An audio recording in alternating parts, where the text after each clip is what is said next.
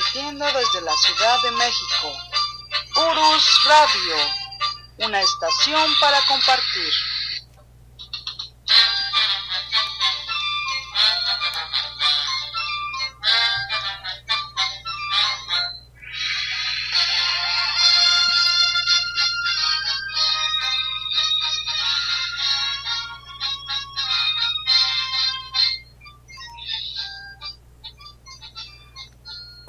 Hola, ¿qué tal? ¿Cómo están, queridos amigos de Urus Radio? Estamos aquí saludándolos como todos los lunes. Soy Doris y pues ya transmitiendo en vivo desde la cabina de Urus Radio, su programa de la verdadera historia de México. Hoy lunes 11 de noviembre de 2019. Y pues seguimos con la serie de la guerra México-Estados Unidos 1846-1847, ya en su capítulo número 13. Y bueno, vamos a saludar aquí a algunas personitas que están en el chat. Roberto Romo dice buenas noches desde Atlisco. Daniel Rosales García dice saludos profesor y licenciada, buenas noches, aquí presente desde Naucalpan de Juárez, listo para aprender. El mono desnudo dice buenas noches, agradeciendo que hoy gracias a ustedes compré el libro de Bernal Díaz del Castillo, desde el Castillo, de Castillo. Bueno, y pues bueno, también Misael Corrales dice buenas noches, saludos. Y George Conensen, ay, qué apellido. Dice un gusto poder estar otro lunes con ustedes desde Doctor Mora, Guanajuato. Es un verdadero placer y les agradezco todo su tiempo que nos dan para aprender. George, ese apellido es alemán, es A ver, contéstanos, por favor. Faustino López dice buenas noches, saludos, pero vamos a saludar también al profesor Francisco Mendoza, ya está aquí con nosotros. Es quien nos narra esas historias que nos hacen enardecer en ocasiones y sentirnos orgullosos de nuestro país, de ser mexicanos. Y bueno, seguimos aquí saludando a los demás, pero profesor, ¿cómo está? Buenas noches. Licenciada, muy buenas noches, amigos, muy buenas noches. De veras, con mucho gusto de estar aquí con ustedes, de nuevo en Urus Radio, un lunes más, con estas historias verdaderas de México. Perfecto, dice Mandis Macías, buenas noches mis estimados profesores, mis maestros de historia de un tiempo a la fecha, como siempre un placer escucharlos, saludos desde la comarca lagunera Durango. Daniel Castillo, buenas noches, los descubrí hace poco más de un mes a través de Spotify y hoy es la primera vez que tuve la oportunidad de escucharlos en vivo. Bienvenido, Daniel. Dice, mil gracias por compartir todos estos temas. Saludos desde Chihuahua.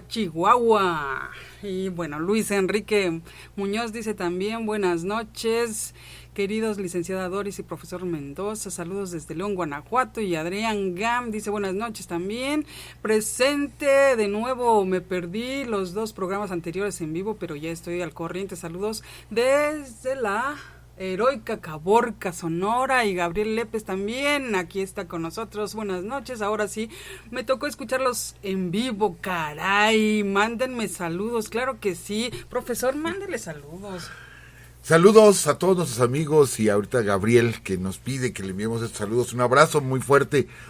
Dice George, no, para nada, mi nombre correcto es George Lugo Valencia, solo que por problemas de falsificación de identidad cabía el nombre en Facebook, pero Jorge, un hombre muy mexicano, súper orgulloso, todos nos sentimos orgullosos, caramba, de ser mexicanos. Claro que sí. Y Alejandro Carrera también dice buenas noches, saludos desde Cuernavaca, Morelos, primera vez en vivo, bienvenido Alejandro.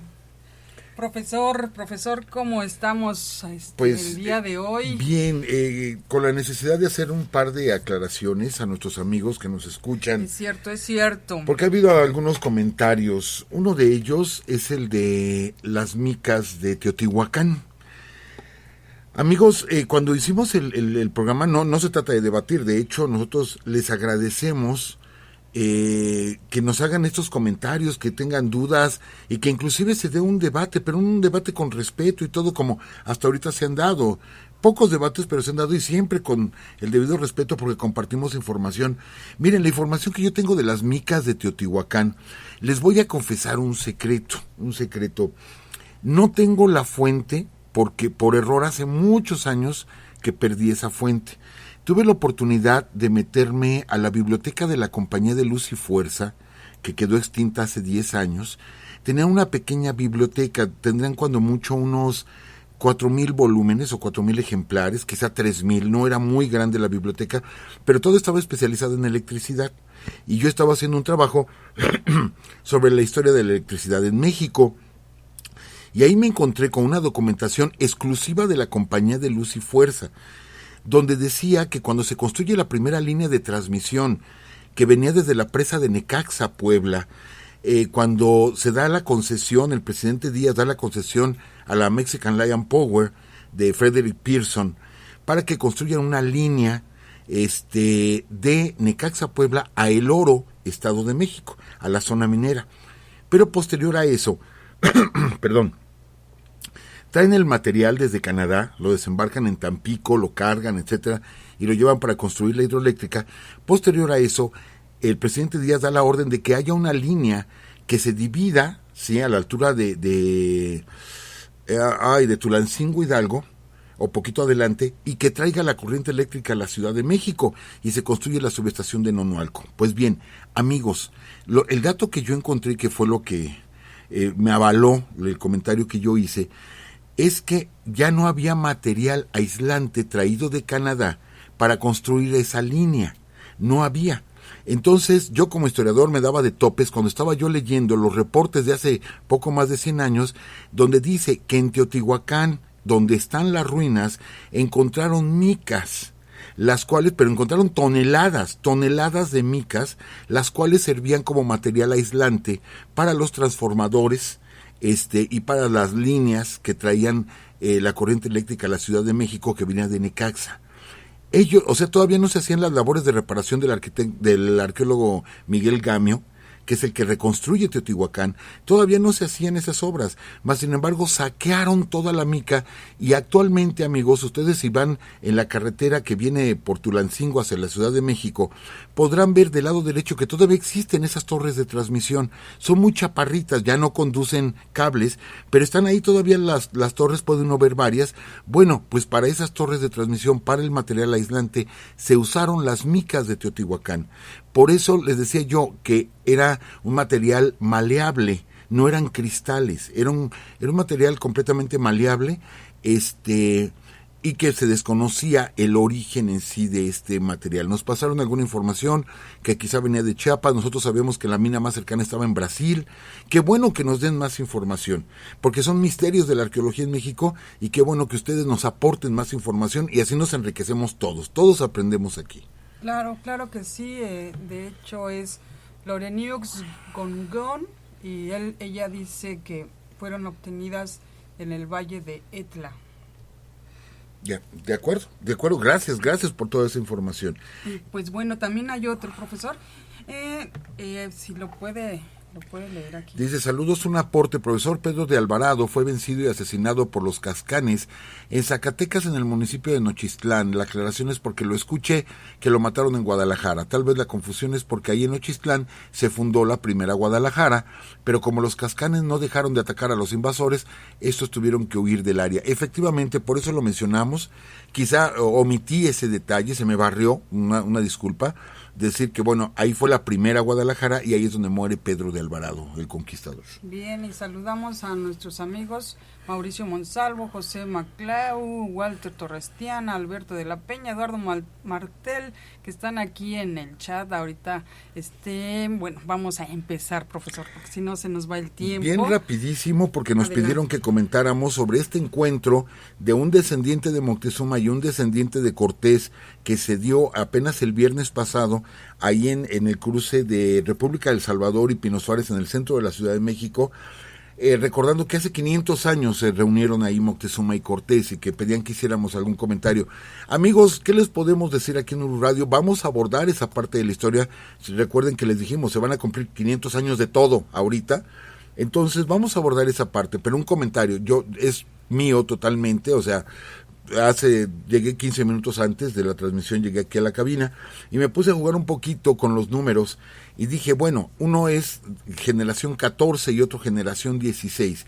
Si, amigos, jugando un poquito, no es falta de respeto, jugando un poquito, si una persona tiene sus padres, pues es la mitad del papá y la mitad de la mamá.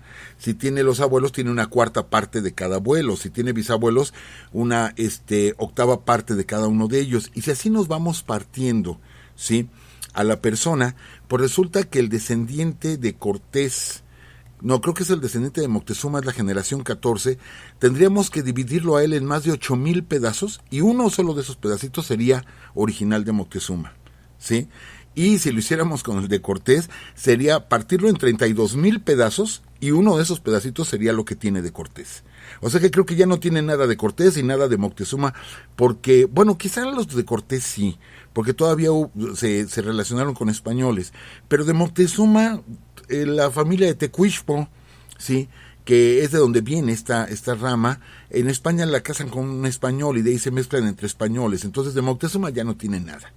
Entonces, ¿serán? ¿Quién sabe? La verdad es que hay tantos descendientes que la verdad no sabemos si sean, pero bueno, esta reunión fue para un programa, para un documental que se está haciendo, pero bueno, ya después comentaremos más al respecto, licenciada.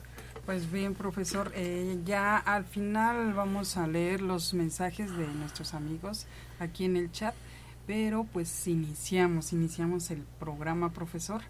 Adelante, nos estaba usted comentando que hay una situación por ahí en el calendario azteca, pero ¿qué le parece si lo dejamos al final? No, lo espanté, profesor, perdón.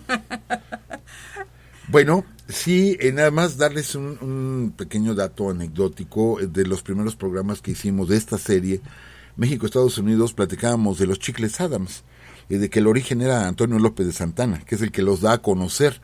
El chicle lo da a conocer como un producto masticable, y Adams, un presidente norteamericano, que ya no era presidente, pero que se reúne con Santana en Estados Unidos, vio y le preguntó qué estaba masticando, y ya le dijo Santana lo que era, y a Adams se le ocurre ponerle sabor, y surgen los chicles Adams. Y un amigo nos decía, yo no sabía que estaba masticando historia cada vez que me comía un chicle. Pues bien, los quiero invitar, amigos, si algún día algunos de ustedes, espero que no, pero se pasan en el consumo de alcohol, ¿sí?, les recomendamos un buen caldo tlalpeño. El buen caldo tlalpeño, que es originario, ¿sí?, de Tlalpan, del pueblo del Tlalpan, al sur de la Ciudad de México. ¿Y por qué se lo recomendamos? Bueno, pues para que se acuerden de Antonio López de Santana. Así como los chiles en nogada fueron creados para el emperador Iturbide con los 3 colores de la bandera allá en Puebla, bueno, el caldo tlalpeño fue hecho para Antonio López de Santana en especial. Ahí surgió, no sabían cómo ponerle, porque él preguntó, le curaron una cruda a Santana, le gustaba ir a pelear gallos a Tlalpan, le curan una cruda y él dice, oye, ¿qué es esto? ¿Qué caldo es este? Y la señora que lo hizo, pues se le ocurrió, como era de Tlalpan, dice, pues es un caldo tlalpeño, y se quedó hasta el día de hoy el famoso caldo tlalpeño. Nada más como un dato extra, licenciada. Y pues nos vamos directamente, amigos, nos quedamos pues ya en las consecuencias de la invasión norteamericana, la Ciudad de México. Platicamos cosas fuertes, los últimos programas han sido fuertes, lo que fue la defensa de la Ciudad de México.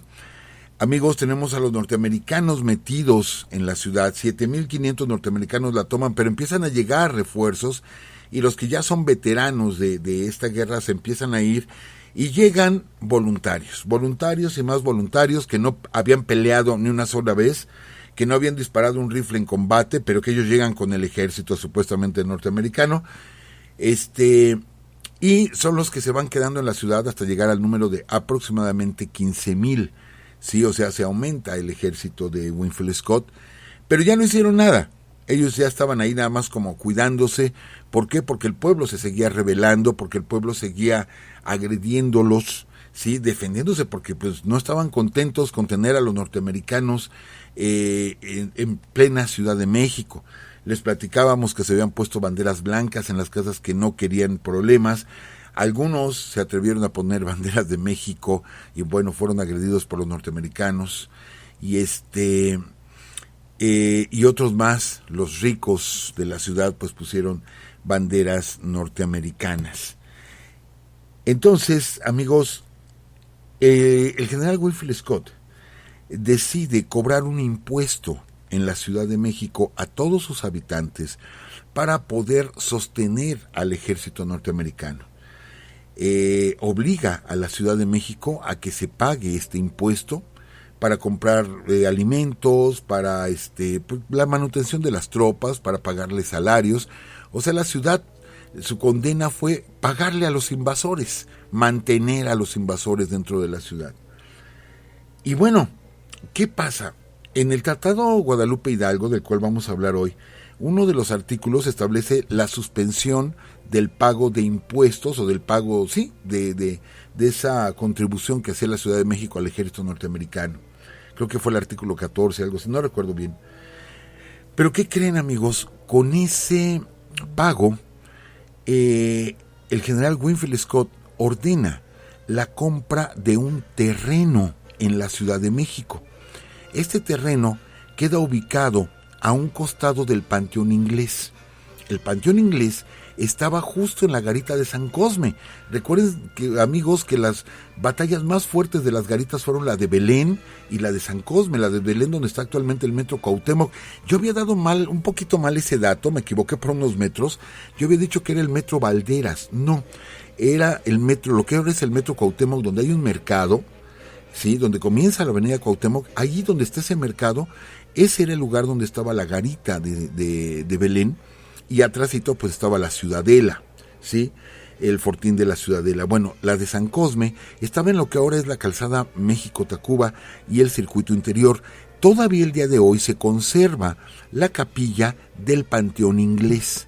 Bueno, a un lado del panteón es donde compra un terreno Winfield Scott para poder enterrar ahí a los muertos, ¿sí?, de la batalla de la Ciudad de México. Amigos, ese panteón existe todavía, ya lo habíamos comentado aquí en Urus Radio, existe todavía, está frente al Teatro Manolo Fábregas, ¿sí? Prácticamente nadie lo ve, o sea, nos pasamos de largo. Yo tardé muchos años en saber que estaba el Panteón Norteamericano y donde estaban más de 700 restos de los soldados que murieron en México invadiéndonos. Después fue recortado ese panteón porque eran tumbas, así como se acostumbran los norteamericanos, que ya ven que no hacen monumentos. Eran tumbas, pero cuando se construye el circuito interior, el panteón llegaba hasta lo que era el Cine Cosmos, pero se construye el circuito interior y el gobierno de México tuvo que pagar o indemnizar por esos terrenos para hacer el circuito y se comprometió a hacer nichos para guardar los restos de los norteamericanos. Bueno, hasta el día de hoy se hace homenaje el Día de los Veteranos, que creo que hoy es el Día de los Veteranos allá en Estados Unidos, que hoy vamos a dar un dato muy, muy interesante, es una bofetada tremenda a nuestra historia.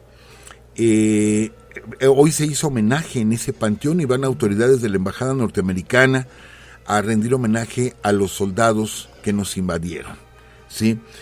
Y les digo, yo me enteré tiene unos meses de este dato y ya tuvimos la oportunidad un día de pasar con la licenciada Doris. Estuvimos en la puerta de este panteón. Bueno, pues ese lo compra Winfield Scott, ¿sí? Y es lo que deja en la Ciudad de México. Otro detalle interesante, amigos, estamos hablando ya del final, o sea, cae el castillo de Chapultepec el 13 de septiembre, las batallas de la Ciudad de México el 14 y el 15, se queda el ejército norteamericano aquí, pero desde julio, esto es, 2 meses antes, amigos, por ahí recibimos un mensaje de una señorita creo que una señorita, ¿no?, que pertenece a la Iglesia de Jesucristo de los Santos de los Últimos Días, creo que es mormona o es un mormón. Bueno, sí, es hombre, es un varón. Y que no habla fuerte, solamente así como que se había sorprendido por los datos que habíamos dado de que los mormones pelearon con el permiso de Dios, habían peleado por los norteamericanos.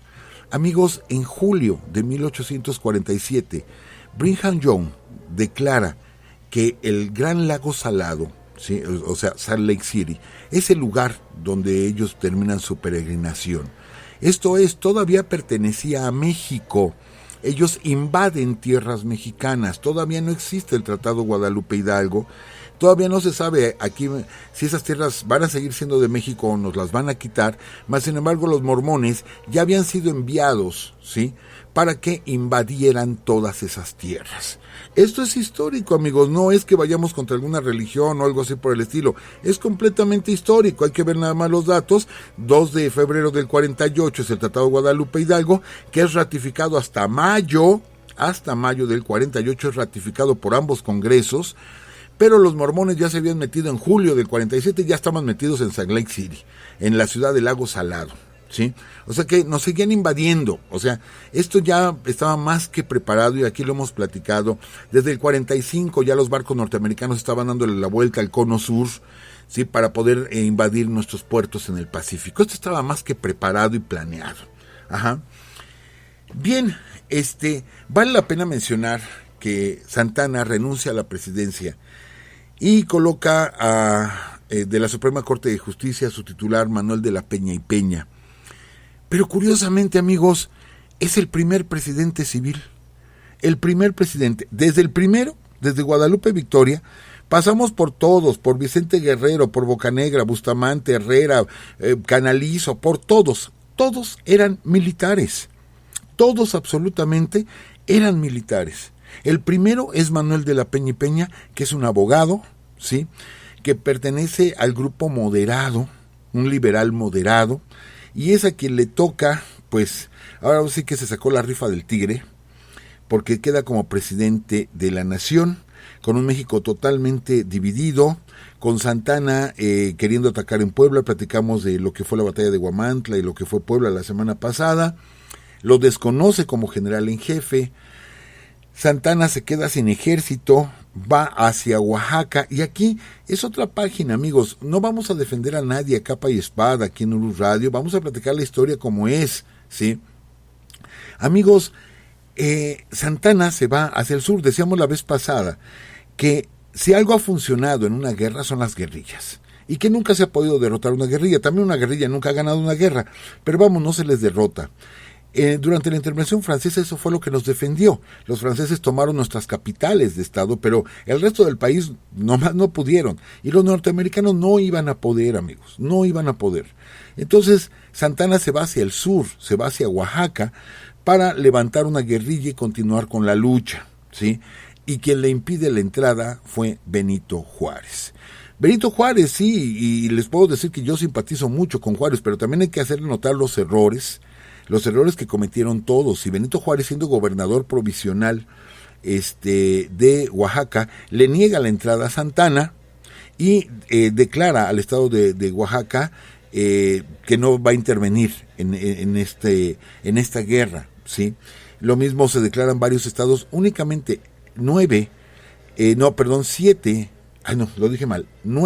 los 17 estados del país participan en la guerra. Los demás se declaran neutrales y uno de ellos es Oaxaca con Benito Juárez.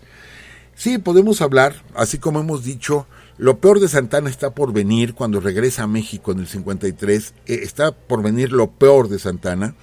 Pues podemos decir que lo mejor de Benito Juárez está por venir, ¿sí? Después, pero en ese momento, pues él no apoyó. O sea, se declara neutral por completo Benito Juárez. Y todavía no hablamos de Valentín Gómez Farías, vamos a hablar de él la próxima semana. Platicamos de lo que fue el desayuno que le ofrecieron a Winfield Scott ahí en el desierto de los Leones, donde le ofrecen la presidencia de México, y es más, solicitan que todo el país se le entregue a los norteamericanos en una gran traición. No hay que irnos a la mentalidad de aquel siglo como para entender que eso era una traición. Lo estuvimos comentando. Y entonces, amigos, hablar de traidores, siempre se le ha colgado esa etiqueta a Santa Anna. Hasta ahorita hemos hablado de Santa Anna, ya salió del país, se va hacia Colombia, y hasta ahorita no le hemos conocido una traición. Hasta este momento no hay ninguna traición. ¿Hay errores? Sí, muchísimos errores militares, muchísimos. Ese encono contra el general Valencia, que encontramos ese dato de que él muere realmente defendiendo el Palacio Nacional, esos pleitos entre generales, esa sobreprotección a Juan Álvarez, que Juan Álvarez se va entero de la lucha con 5,000 jinetes, que era lo mejor de nuestro ejército, y que no los dejó pelear. un montonal de errores, pero algo como traición o como se le ha puesto el nombre de vendepatrias, hasta el momento no lo hemos encontrado. Guillermo Prieto, en sus memorias, él afirma haber visto al general Santana en algunas azoteas en la garita de San Cosme, en las azoteas disparando armas y animando a los soldados a que dispararan armas, ¿sí? Pero él mismo tomaba armas y disparaba desde las azoteas de las casas en la garita de San Cosme. No podemos hablar de traición de Santana. Espérense todavía del 50, en el 53, ahí sí es de risa, es de molestia ver quién fue Antonio López de Santana, pero hasta este momento, hasta el 47, iniciado el 48, no hay como tal una traición, ¿sí? Se decían cosas, que si se había vendido, que cometió, que se había dejado ganar las batallas. No, ya fuimos analizando batalla por batalla, ¿sí? Cómo fue que fue perdiendo Santana. Pero, allá en Puebla, el general Hitchcock, que suena a terror ya de entrada, les habíamos comentado que contrata a Miguel Domínguez, conocido como el Chato, un bandolero, que lo capturan a petición de la alta sociedad poblana y del obispo de Puebla, que el obispo de Puebla pues se le pone de tapete a los norteamericanos y hace un te deum cuando los norteamericanos llegaron ahí a esa plaza, etcétera, etcétera. Pues bien, capturan a Miguel el Chato Domínguez y le dan la oportunidad, ¿sí?, de que forme la Mexican Spy Company. Esto, amigos, nunca se había hecho porque Estados Unidos es su primera guerra fuera de su país. Estados Unidos era otro, no el que conocemos ahorita, que arroja bombas atómicas o que masacra gente en Vietnam. No conocíamos ese Estados Unidos.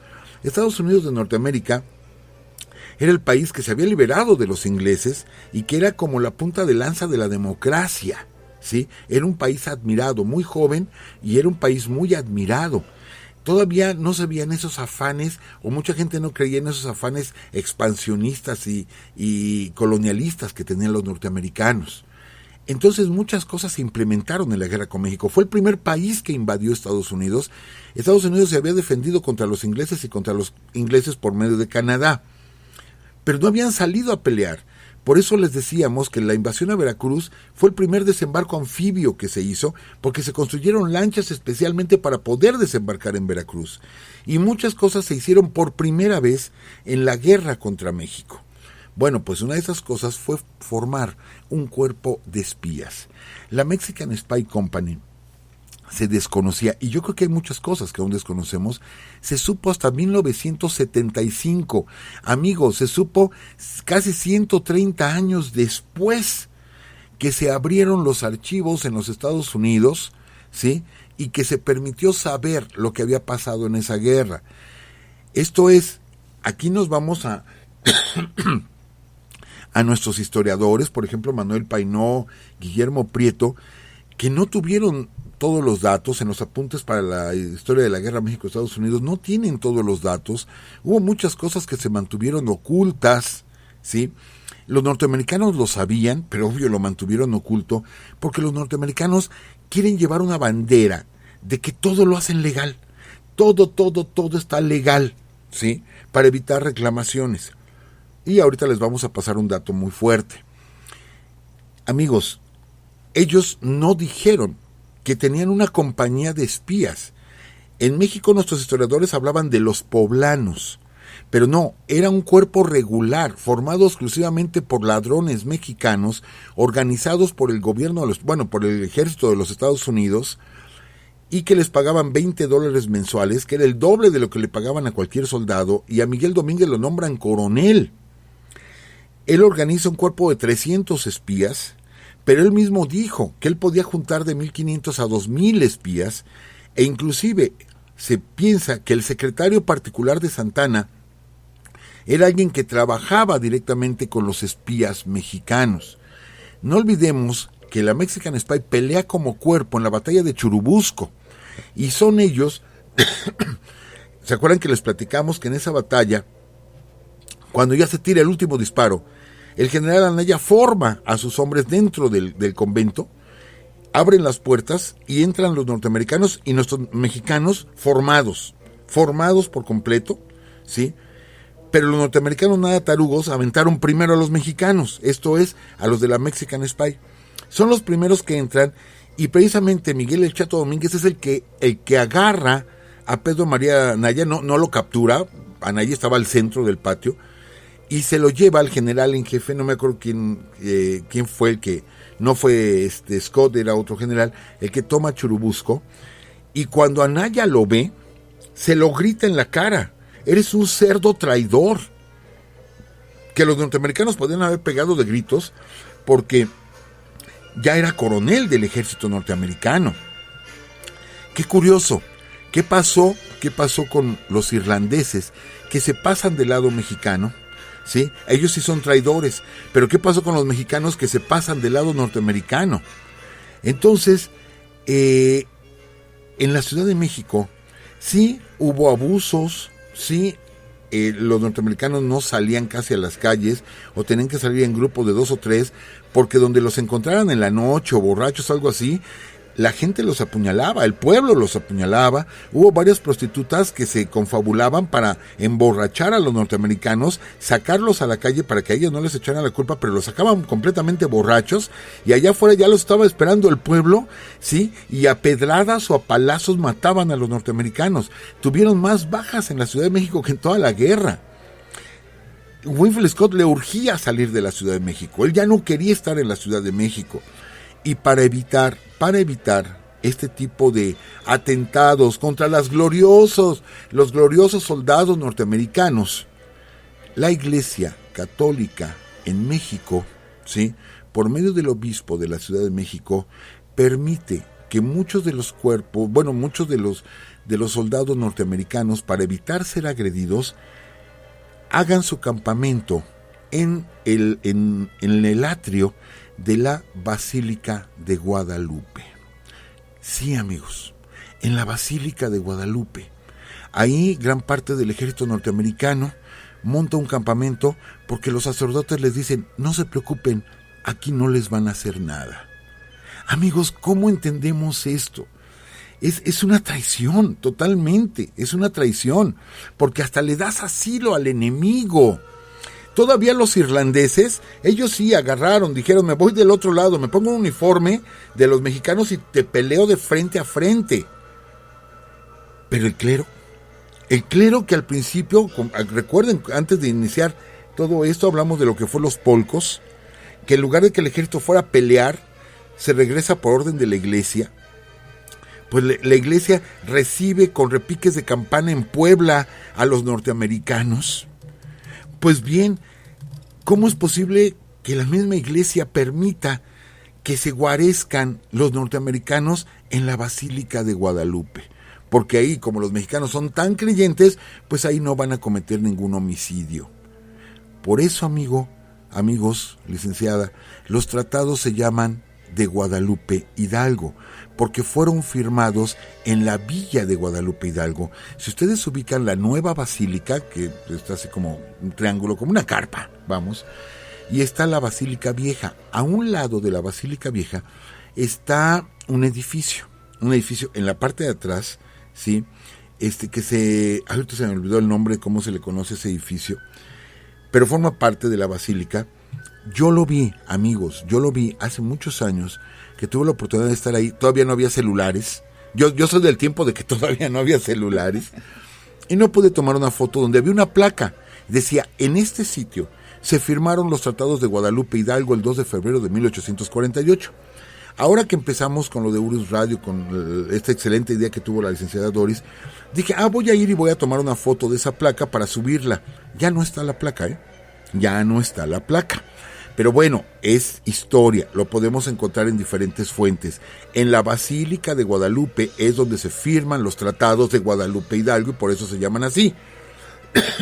Y porque allí estaba acampado una gran parte del ejército norteamericano, protegidos por la iglesia. Vamos a juntar, amigos. Junten las traiciones que tuvimos, ¿sí? Las traiciones que tuvimos del gobernador de Nuevo México que sale huyendo, Las traiciones que tuvimos en Cerro Gordo, donde Robert Lee, él dice que encontró el camino, pero no encontró el camino para darle la vuelta a Santa Anna. Venden la información. La creación de la Mexican Spy Company, que se dedican a pasar información, y que el mismo Winfield Scott, ¿sí?, no en su diario, pero sí en los reportes que se descubrieron en 1975 o que se abrieron de esos archivos, él dice que le fueron de gran utilidad porque conocía perfectamente todos los movimientos de las tropas mexicanas. Recuerden que Santa Anna puso un fortín tremendo en Cerro Gordo, perdón, en el Peñón Viejo, y Winfield Scott le da la vuelta. ¿Cómo encontraron la ruta para pasar por el Pedregal de San Ángel? Cuando ahí no se podía pasar, pues los poblanos le dijeron por dónde.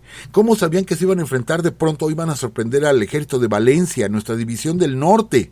¿Sí? Pues fueron los poblanos los que le dijeron. Ellos, señalaron a muchos grupos de mexicanos que se estaban organizando para hacer un levantamiento. Pues la Mexican Spy nos traicionó. Amigos, teníamos armas que ya les hemos explicado que eran obsoletas a más no poder. ¿Cómo podemos ganar una guerra así?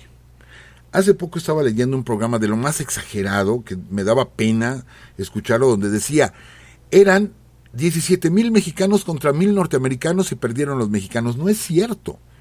No es cierto.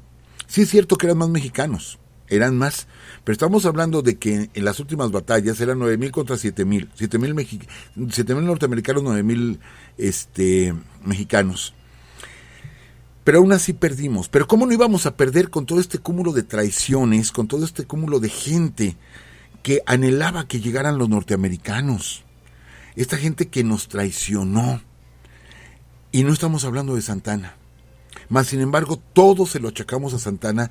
Amigos, lo dijimos desde los primeros programas, no es por defender a los norteamericanos, claro que no los vamos a defender. Ellos vinieron a una guerra de conquista, supuestamente venían a vengar una afrenta, y realmente lo que querían una guerra de conquista que tenía 2 años que habían comenzado, ¿sí?, antes de una declaración, antes que nada. O sea, claro que fue una guerra de conquista, claro.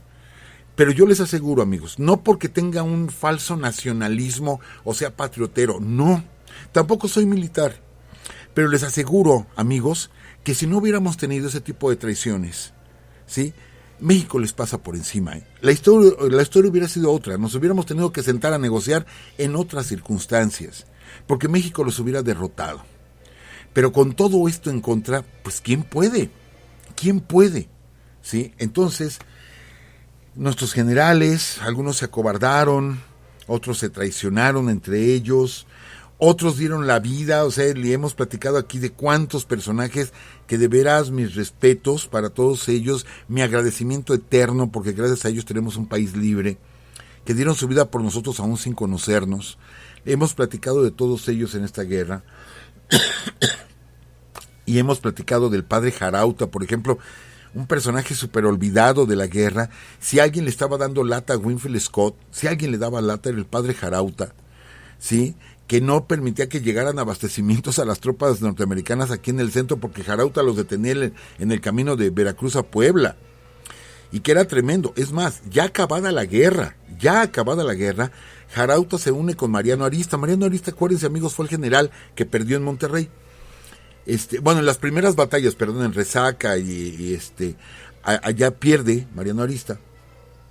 Se une con el padre Jarauta, franciscano español, y ellos se oponen a la firma del Tratado de Guadalupe Hidalgo y se levantan en contra del gobierno. Y Anastasio Bustamante, ese que después pidió cuando muriera que le quitaran el corazón, y ahorita está su corazón enterrado junto con Agustín de Iturbide, es el que lo captura y lo fusila inmediatamente.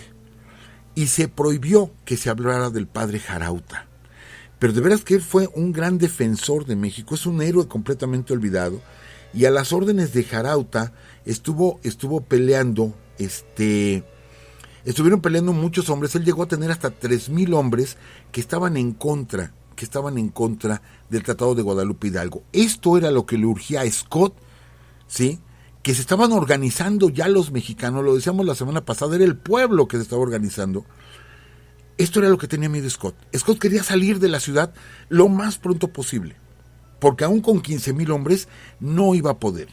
Aún así, le ordenan el despliegue de sus hombres. Hubo tropas norteamericanas en Toluca, en Pachuca, en Puebla, en varios lugares mandaron tropas americanas para intentar controlar a la población que cada día se enardecía más.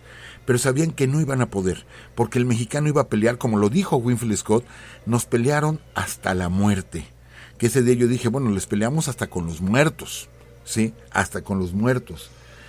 Amigos, ahora me fui más por ese lado, que entendiéramos por lo siguiente, amigos.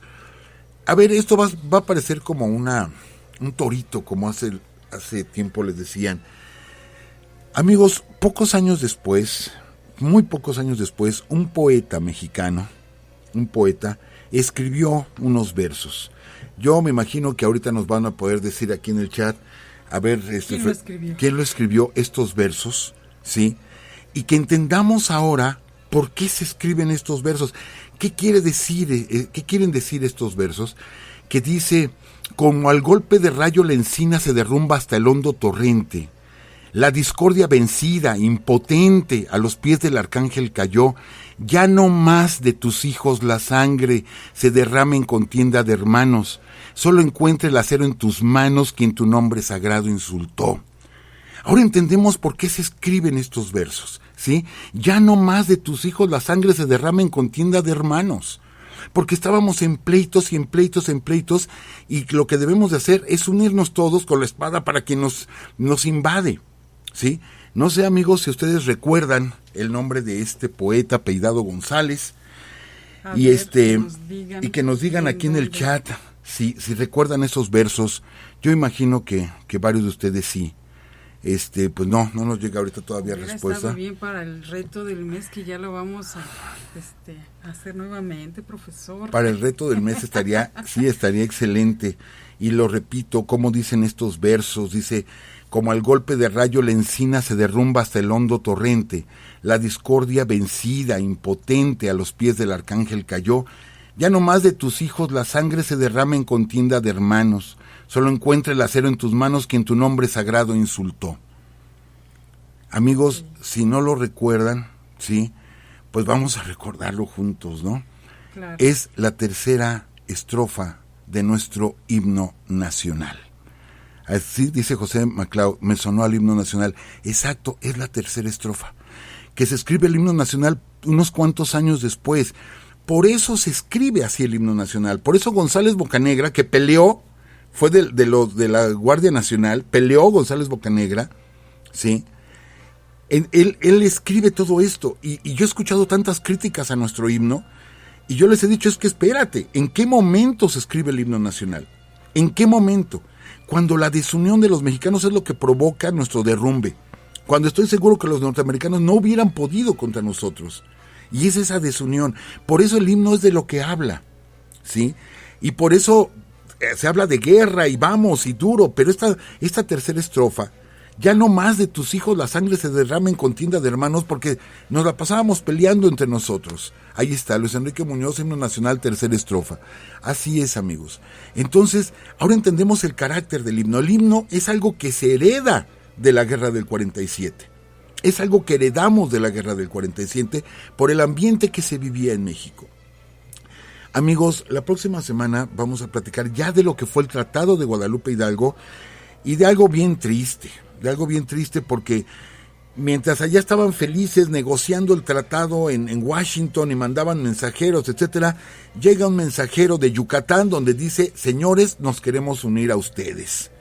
Y los norteamericanos los desprecian a los yucatecos, ¿sí? O sea, Yucatán se quería separar en ese momento de México y se desata la guerra de castas. De eso vamos a platicar la próxima semana, de las batallas en Tabasco, los combates que hubo y sobre todo un combate que está muy olvidado, que fue después del Tratado de Guadalupe Hidalgo, que es Chihuahua, donde todavía hubo combates en Chihuahua. Todavía falta más de la guerra que lo vamos a platicar la próxima semana. Y ya nada más un último detalle para compartir con ustedes. A los amigos que les enviamos mensaje y que les decíamos, ¿sabían que en el calendario azteca, en la Piedra del Sol, está la huella de la intervención norteamericana? Amigos, si tienen la curiosidad, recuerden, el calendario azteca se saca de la plancha del Zócalo en 1790. El virrey Revillagigedo, que en ese tiempo criticaban mucho a los españoles, que porque los españoles, qué fácil, le habían ganado un grupo de salvajes. Revillagigedo, que fue de los menos peores de los virreyes que tuvimos, Revillagigedo dice, no, les vamos a demostrar que no peleamos contra salvajes, sino que peleamos contra una cultura. Entonces encuentran la Piedra del Sol, que la habían enterrado boca abajo, la Piedra del Sol, la sacan, y cuando ven aquello maravilloso, lleno de glifos y todo eso, Revillagigedo decide colocar la Piedra del Sol recargada en la columna poniente de la Catedral Metropolitana. Ahí se quedó desde 1790, ahí se queda el calendario azteca, ¿sí? Pues bien, amigos, bueno, hasta que ya lo pasa Porfirio Díaz al Museo Nacional, ahí en la calle de Moneda. Pues bien, amigos, durante la intervención norteamericana, los soldados norteamericanos les gustaba dispararle a la Piedra del Sol o al calendario azteca como tiro al blanco, ya borrachos, ¿sí? Le disparaban, ahí estaba a un ladito, ¿no? Le servía como tiro al blanco, luego era circular. Si ustedes observan con detalle el centro, la cara de Tonatio, el Tonatio sacrificado, obsérvenla, hagan un acercamiento a una fotografía y obsérvenla que está destrozado. El resto del calendario está muy bien conservado, no conservan de la Piedra del Sol, no conserva los colores, a menos con microscopio no he encontrado cuáles son los colores, pero está en muy buenas condiciones la Piedra del Sol. Solamente el centro, a la altura de los ojos, de la nariz y de la lengua de Pedernal, ahí está totalmente destrozado. Bueno, amigos, esos destrozos los causaron, ¿sí? Los cultos, los bien preparados, los inteligentes soldados norteamericanos que nos invadieron y que tomaron la Ciudad de México durante 8 meses. En eso se divirtieron algunos de ellos, disparándole a nuestro calendario azteca, y todavía lo podemos ver en el Museo Nacional de Antropología, en la Sala Mexica. Vemos el centro, y yo cuando lo veo me duele, porque digo, ahí están esos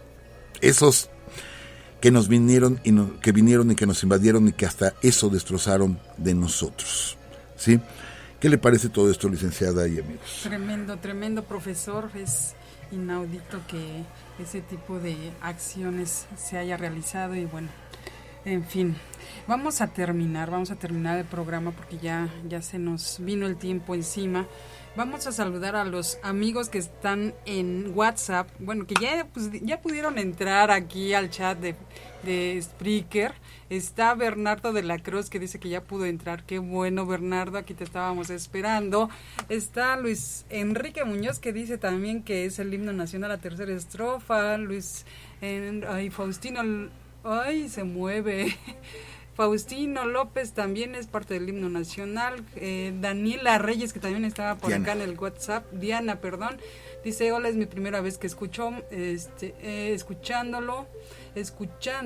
mándenme un saludo, estoy en Winchester, Kentucky.